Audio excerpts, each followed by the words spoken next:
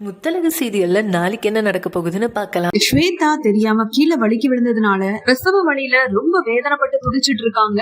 உடனே அமுதன் முத்தழகுக்கு கால் பண்ணி ஸ்வேதா கீழே வலிக்கு விழுந்த விஷயத்த சொல்லி, வீட்டுல வேற யாருமே இல்ல, ஸ்வேதாவுக்கு எதுவும் ஆயிருமோன்னு எனக்கு ரொம்ப பயமா இருக்கு, நீங்க தயவு செஞ்சு உதவி செய்ய வாங்கன்னு கூப்பிடுறாங்க. இங்க பூமி வந்து கூப்பிட்டதுக்கு முத்தழகு நான் வரமாட்டேன்னு மறுப்பு தெரிவிச்சதுனால எப்படி அங்க போறதுன்னு கொஞ்சம் யோசிக்கிறாங்க. அப்புறம் முத்தழகு ஸ்வேதாவோட உயிரும் குழந்தையும் தான் நம்மளுக்கு முக்கியம் அப்படின்னு நினைச்சிட்டு தான் வீட்டு பக்கத்துல இருந்த 2 பெரியவங்களையும் கூப்பிட்டு பேச்சோட வீட்டுக்கு போறாங்க.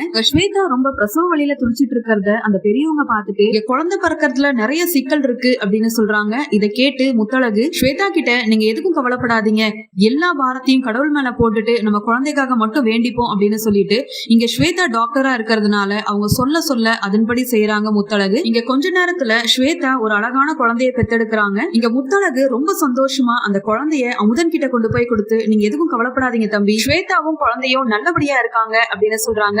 இதை கேட்டு அமுதன் ரொம்ப சந்தோஷப்பட்டு முத்தழகுக்கு நன்றி சொல்லி, நீங்க மட்டும் இந்த சூழ்நிலையில இங்க வரலனா என்ன வேணாலும் நடந்திருக்கலாம், ரொம்ப நன்றி அண்ணி அப்படின்னு சொல்லி சந்தோஷப்படுறாரு. இங்க பேச்சியும் வீட்டுல உள்ளவங்களும் வர வரைக்கும் இங்க ஸ்வேதா கூட முத்தழகு இருந்து ஸ்வேதாவை நல்லபடியா கவனிச்சுக்கிறாங்க. இந்த சூழ்நிலையில தான் ஸ்வேதாவுக்கு முத்தழகோட நல்ல குணம் புரிய வருது. முத்தழக எவ்வளவோ பேசி வெறுத்து ஒதுக்குனாலும் முத்தழகு எனக்காக எவ்வளவோ கஷ்டப்பட்டு நான் குழந்தை பெத்தெடுக்க அவங்கதான் உதவியா இருந்திருக்காங்க, முத்தழகுக்கு ஏதாவது கைமாறு செய்யணும் அப்படின்னு அமுதன் கிட்ட பேசிட்டு இருக்காங்க ஸ்வேதா. இங்க அஞ்சலியை பாக்குறதுக்காக ஸ்வேதா அவங்க ரூமுக்கு மெதுவா போறாங்க.